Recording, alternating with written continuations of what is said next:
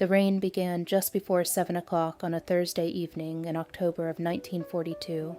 It came quietly at first, tapping against the windows of the little railway station in Bellwether, Maine, and then grew steadier as the evening darkened. By 8, the tracks beyond the platform had disappeared behind a silver curtain of rain. The station was nearly empty. A single yellow lamp hung above the ticket window. Its light fell across the worn wooden floor, the brass clock, and a row of old benches polished smooth by years of waiting passengers. Outside, the town had already settled into its evening quiet. Bellwether was the sort of place where people knew which houses had a light burning in the kitchen and which ones had gone dark for the night. There was one main street, 2 churches, a diner, a hardware store, a small library, and a bakery that closed at 6. The war had changed the rhythm of the town. Young men were leaving.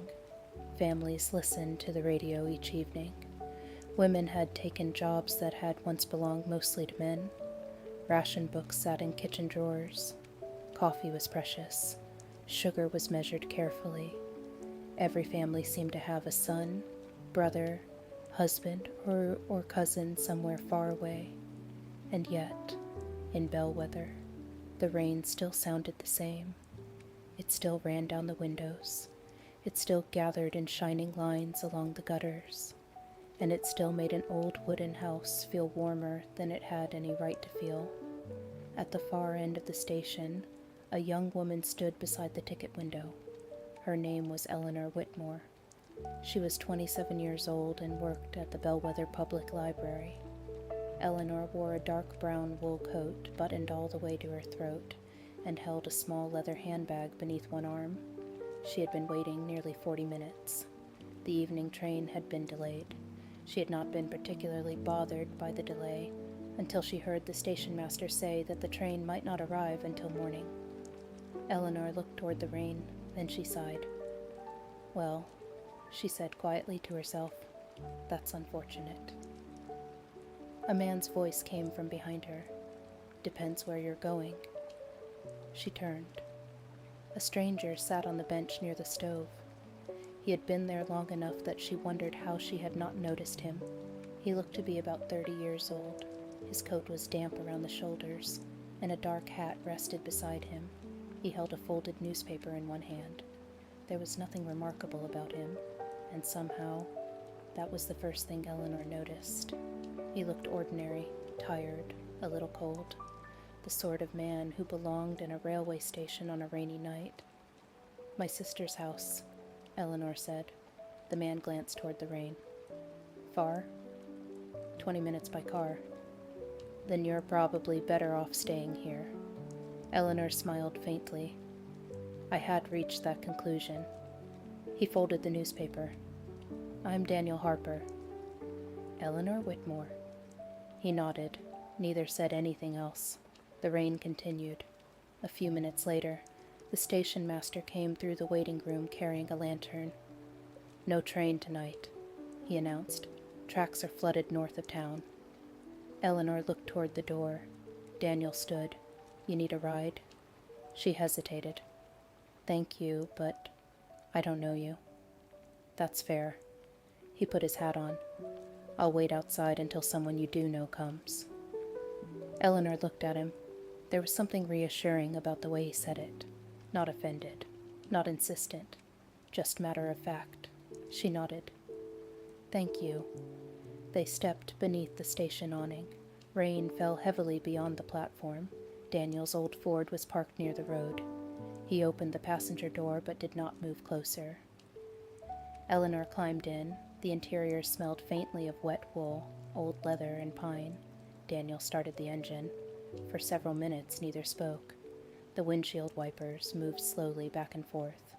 Bellwether passed them in blurred patches of yellow light. The diner, the post office, the closed bakery, the church steeple, the library. Eleanor looked out at the rain. "You work in town?" she asked. "Hardware store." "Mr. Callahan's?" "That's the one." "I know him." "Most people do." "He's impossible." Daniel laughed softly. "He He'd be pleased to hear that. Eleanor smiled. The silence afterward felt easier. They drove past the edge of town. Then Daniel slowed. Where? Second house, after the maple trees.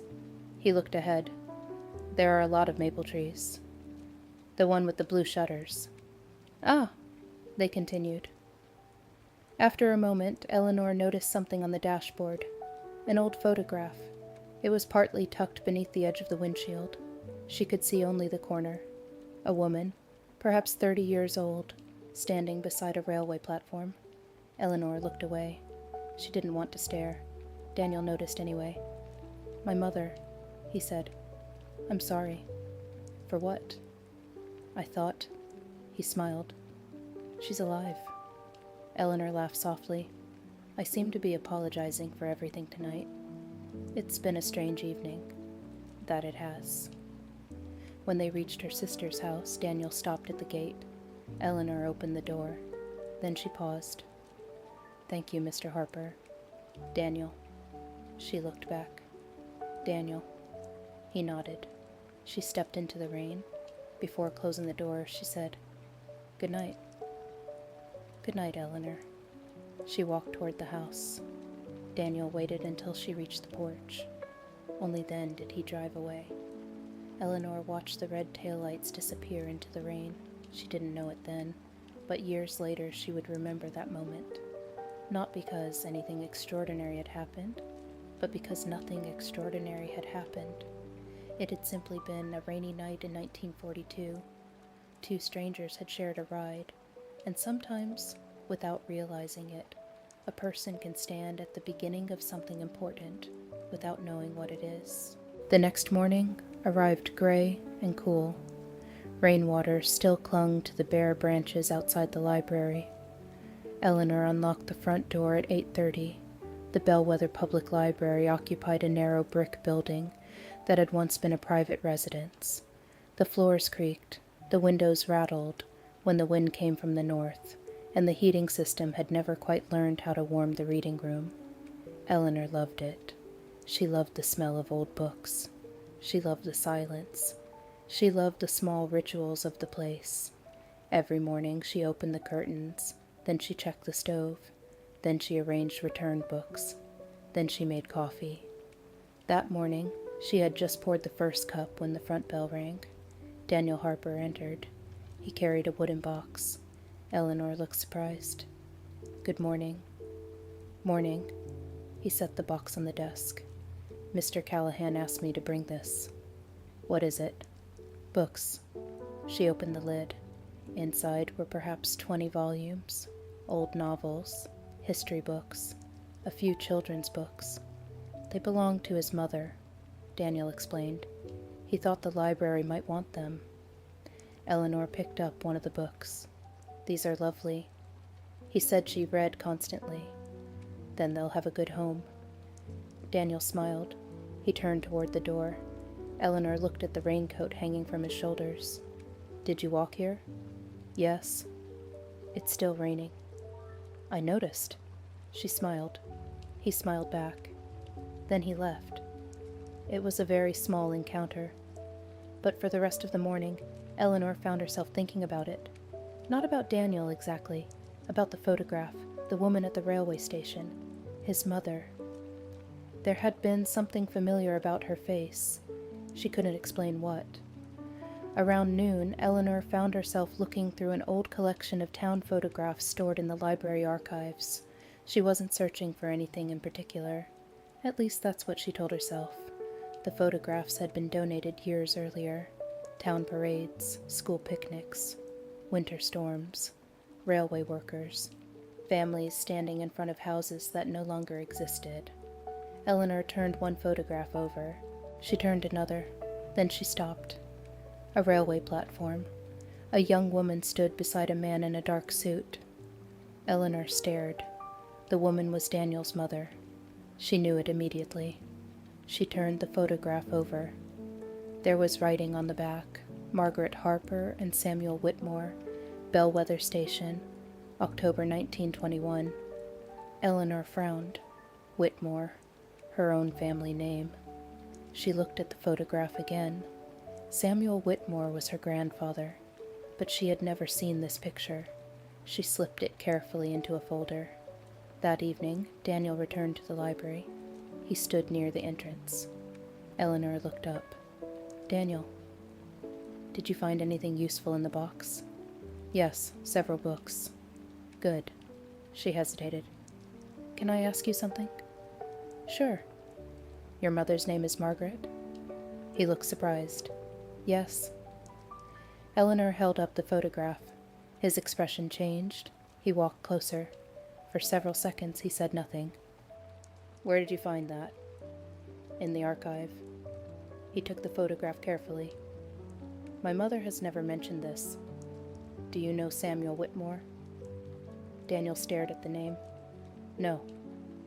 "He's my grandfather." Daniel looked at her. The room suddenly seemed very quiet. "My mother knew your grandfather?" "Apparently." "How?" "I don't know." They stood there beneath the warm library lamp. Finally, Daniel smiled faintly. Well, I suppose we have a mystery." Eleanor nodded.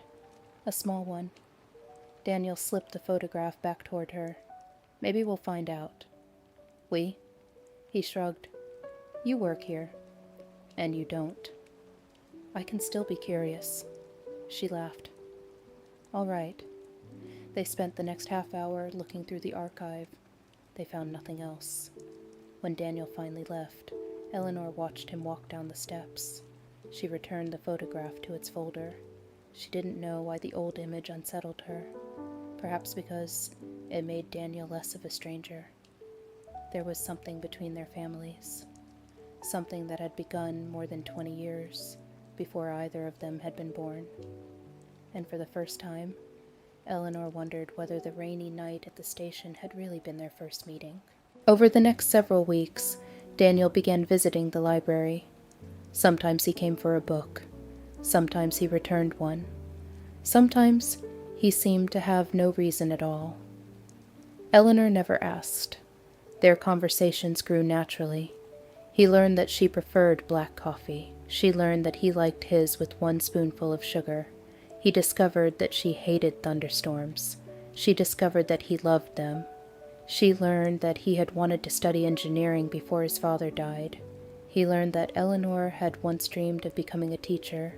They talked about ordinary things: the price of apples, the weather, the war, the new bakery on Main Street, the neighbor who kept chickens in his backyard, the library's leaking roof. They never talked about love. That subject seemed too large. One afternoon, Daniel brought Eleanor a paper bag. "What is this?" "Mrs. Callahan made too many biscuits." Eleanor opened it. There were 6 warm biscuits inside. "She made too many?" "Apparently." "How fortunate for me."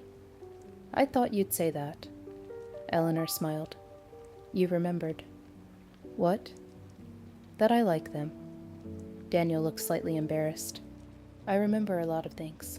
She looked at him. Neither spoke. Then Eleanor broke the silence. "How is your mother?"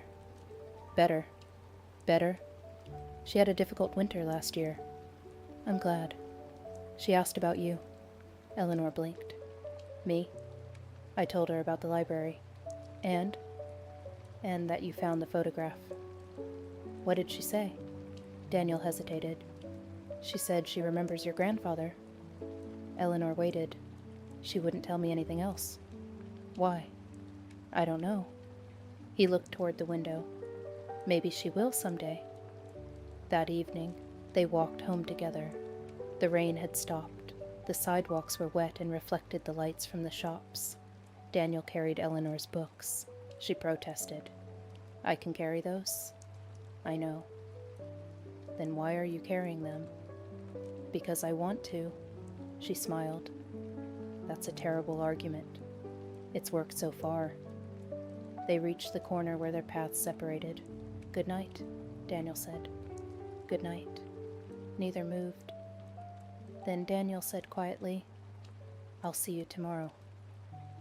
Eleanor smiled. "Tomorrow."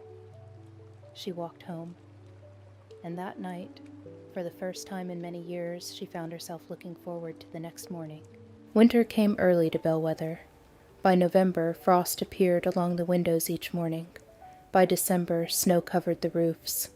The war seemed farther away on some evenings, closer on others. The town held dances for soldiers passing through. Children collected scrap metal. Women knitted socks. The library kept a small table near the entrance where people could write letters to relatives overseas. Eleanor often stayed late. Daniel sometimes waited outside. One evening, he stood beneath the library awning while snow fell around him. "You'll freeze," Eleanor said. "I have a coat." "That doesn't mean you won't freeze." "I'll survive." She locked the door. "Why are you here?" He looked embarrassed. "I thought you might want company," she smiled. "On a cold Tuesday. Especially on a cold Tuesday." They walked slowly through the snow. The town was quiet. A radio played somewhere behind a closed curtain. A dog barked once and then stopped. Snow softened every sound. At the bridge over Bellwether Creek, Daniel stopped. "I used to come here with my father." "When?" "When I was a boy." "What did you do?" "Nothing." Eleanor smiled. "Nothing?" "Exactly." They leaned against the railing. "I think people forget how important nothing can be," Daniel said. Eleanor looked at him. "What do you mean?" "Just standing somewhere, not needing to get anywhere." She smiled. "I understand." They stood quietly. Their shoulders were almost touching. Neither moved away. Later that night, Eleanor found a small envelope beneath her library office door. Inside was the photograph from 1921, and beneath it, a handwritten note. "Ask your grandfather about Margaret Harper." Eleanor stared at the words. Her grandfather had been dead for 12 years. She couldn't ask him. She carried the photograph home. Her sister, Ruth, was sitting near the fireplace. "Where did you get that?" Eleanor explained. Ruth frowned. "I remember Mama mentioning Margaret." "What did she say?" "Not much." "Ruth." Her sister looked into the fire. "She said Margaret loved him." Eleanor's heart beat faster. "Grandfather?" Ruth nodded. "Before he met Grandma." Eleanor sat down. "What happened?" "I don't know." "You're sure?" "Only that Margaret left town." "Why?" Ruth shook her head. "No one ever said." The mystery suddenly felt different. It wasn't just an old photograph. It was an old love story. And somehow, Eleanor and Daniel had become part of it. Daniel's mother finally agreed to speak with them in January. She lived in a small white house outside town. Margaret Harper was 70 years old. Her hair was silver, and she moved slowly, but her eyes were sharp. She looked at Eleanor for a long moment. Then she smiled. "You have your grandfather's eyes." Eleanor sat beside Daniel. "What happened between you and Samuel Whitmore?" Margaret looked toward the window. "Nothing happened between me and Samuel." Daniel frowned. "But the photograph." "I was 19. She smiled. "He was 22. Eleanor waited. "We were young." "Did you love him?" Margaret was silent for a while. "Yes." Daniel looked down. "Why didn't you marry?" "Because sometimes loving someone and building a life with them are two different things." She folded her hands. Samuel had responsibilities. His father was ill.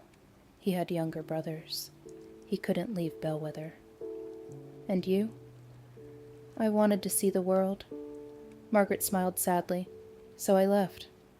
Eleanor looked at the photograph. "Did he ask you to stay?" "Yes." "Why didn't you?" "Because I was afraid." The room became quiet. Margaret continued. "Years later, I came back." "What happened?" "He was married." Eleanor lowered her eyes. Margaret smiled. "He was happy." "Was he?" "Yes." "How do you know?" "Because I saw him." She looked at Daniel. "And I was happy too." Daniel was quiet. On the way home, he didn't speak much. Eleanor finally asked, "Are you all right?" "Yes." "You're quiet." "I'm thinking." "About your mother?" "About people." "What about them?" "How easily we think we know their lives." Eleanor understood.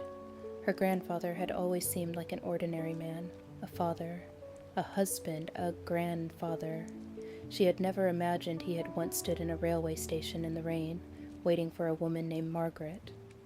That night, Eleanor found another letter. It was tucked inside the old photograph folder. The handwriting was faded. It was addressed to Margaret. The date was October 1921. The letter was short. "If you ever return, you will find me here." There was no signature. Eleanor knew immediately who had written it. She showed Daniel. He read it twice. Then he looked at her. Maybe he waited. Perhaps. Maybe she came back too late.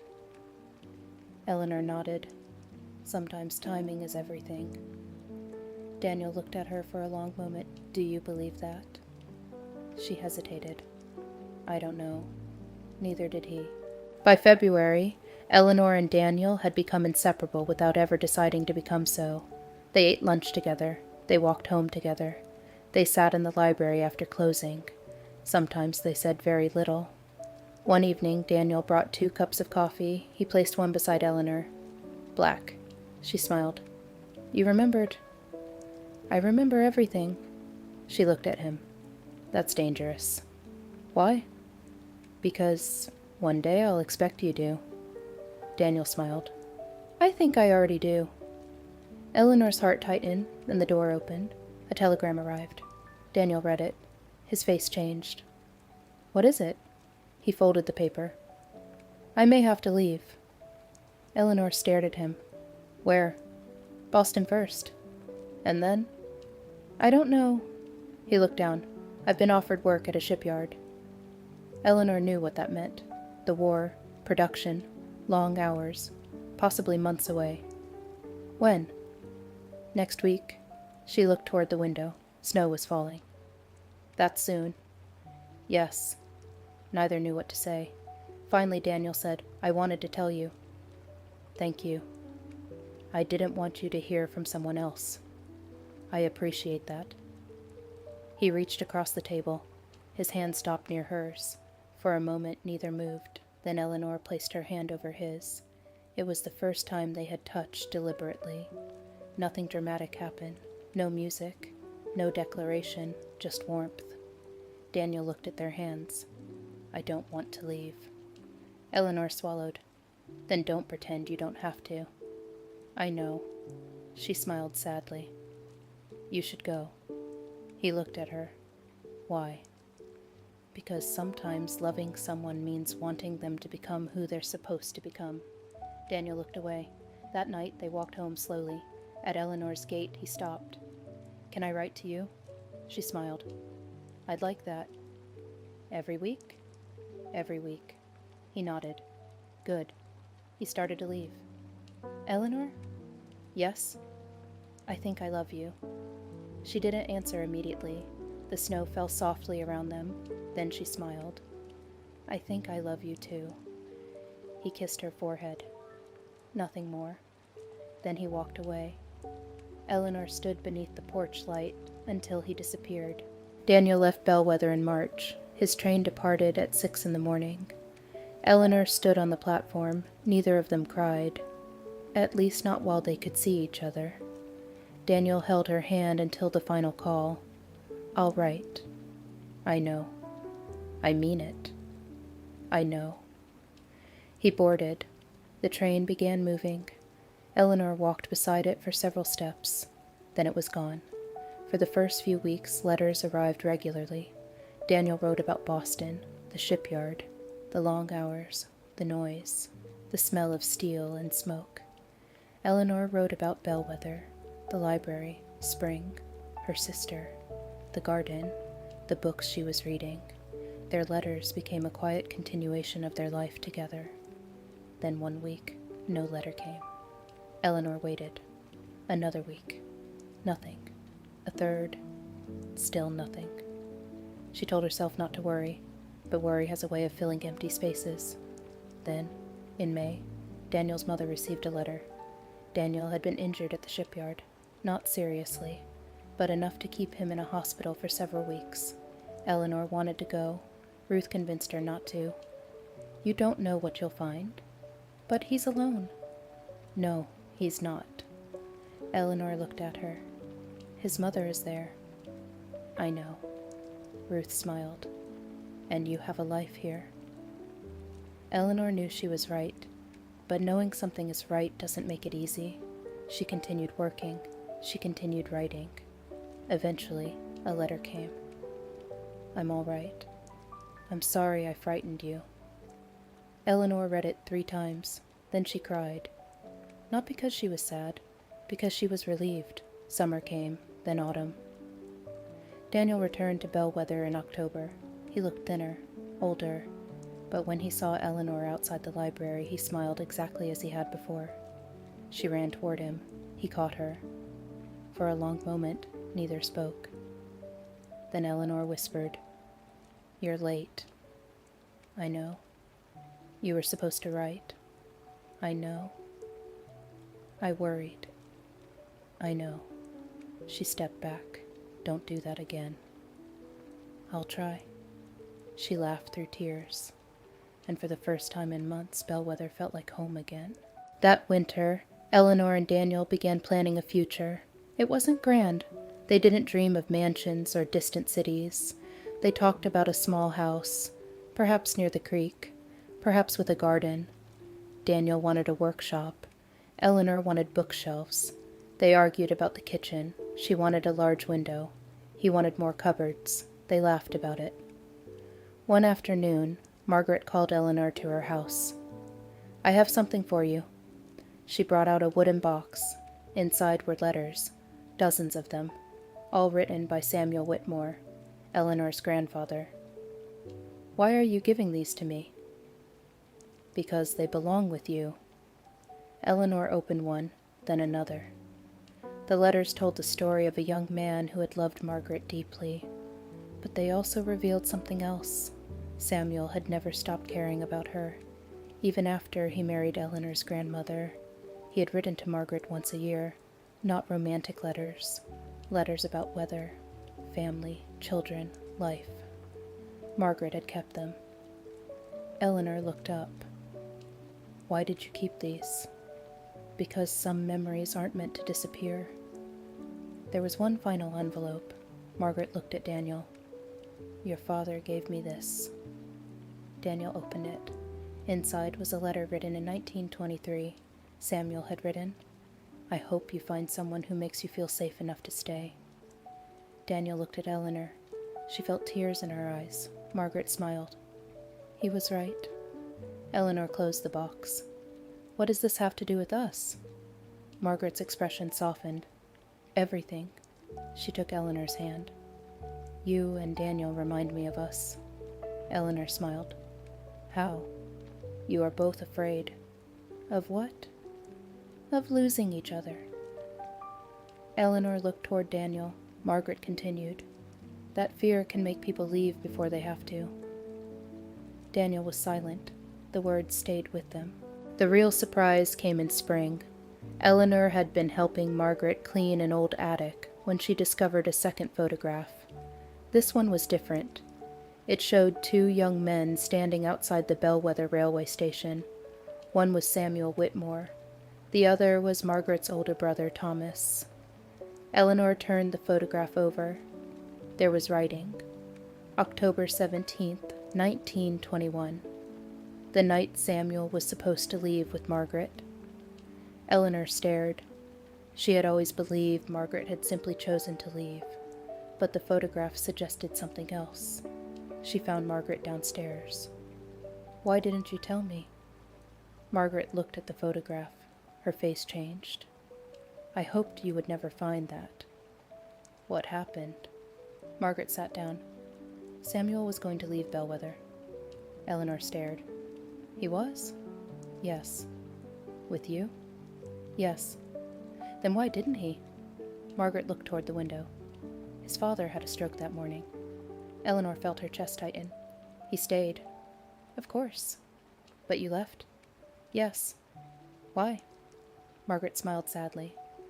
Because I thought if he loved me, he would choose me. Eleanor whispered, and he chose his family. He chose both. Margaret looked at her. He simply couldn't have both at the same time. Then she revealed something Eleanor had never known. Samuel wrote you a letter. Me? Not to you, to your grandmother. She reached for an envelope.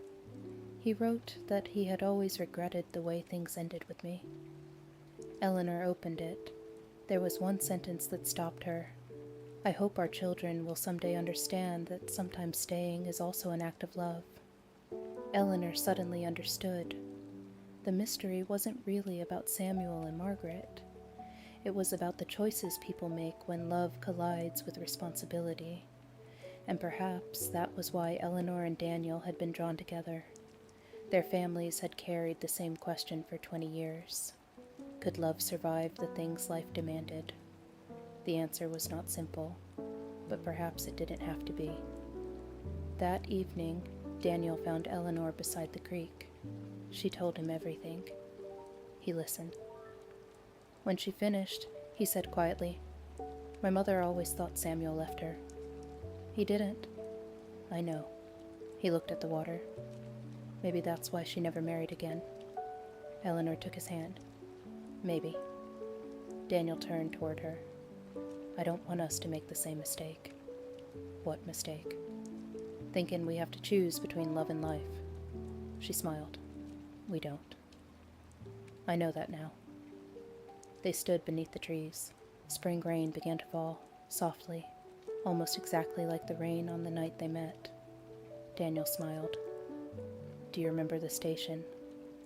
Of course. You didn't trust me. I didn't know you. Fair. She laughed. I still don't know everything about you. You've got time. She looked at him. Yes. How much? She smiled. Hopefully all of it. They were married in October. Not in a grand church, not in a crowded hall. Just a small ceremony at the library, with family and a few close friends. Rain fell outside, the same kind of steady autumn rain that had filled Bellwether on the night they met. Daniel wore a dark suit. Eleanor wore a simple cream-colored dress. After the ceremony, they walked home beneath one umbrella. The town was quiet. The bakery was closed. The diner windows glowed warmly. Leaves covered the sidewalks. At their new house beside the creek, Daniel lit the fireplace. Eleanor made coffee. They sat together near the window. Neither spoke for a while. Rain tapped gently against the glass. Daniel looked around the room. We need more bookshelves. Eleanor laughed. I told you that before we married. You did. And? I wasn't listening. She leaned against him. Some things never change. He smiled. Outside, the creek moved quietly beneath the bridge. The town lights shimmered on the wet road. Inside, the fire burned low. Eleanor thought about Margaret, about Samuel, about a rainy night 20 years before she was born, about two young people who had loved each other and made choices they believed they had to make. She thought about Daniel sitting alone in the railway station. She thought about the photograph, the letters, the long distance, the fear, and then she thought about how quietly everything had come together. No miracle, no grand coincidence, just two ordinary people meeting at an ordinary moment, and choosing, again and again, not to walk away. Daniel reached for her hand. Eleanor rested her head against his shoulder. You know, he said. I still remember the first thing you said to me. What? You apologized. She laughed. I was nervous. You apologize for everything. I still do. I know. Rain continued falling. The fire crackled. The house grew warmer. Eleanor closed her eyes. For a while, neither of them said anything. There was no need. Outside, Bellwether settled into the quiet rhythm of night. A distant train passed beyond the town. Its sound grew louder. then softer, then disappeared. Eleanor opened her eyes. Daniel was still holding her hand. She smiled. Somewhere, she thought, Margaret might have understood. Perhaps love had never been about finding the perfect moment. Perhaps it had always been about recognizing the ordinary moments that mattered. A cup of coffee, a shared umbrella, a book returned to a library, a letter written from far away, a hand reaching across a table, a person waiting at a railway station, a quiet decision to stay. Years later, Eleanor would still remember that rainy night. Not because she had known what was coming. She hadn't.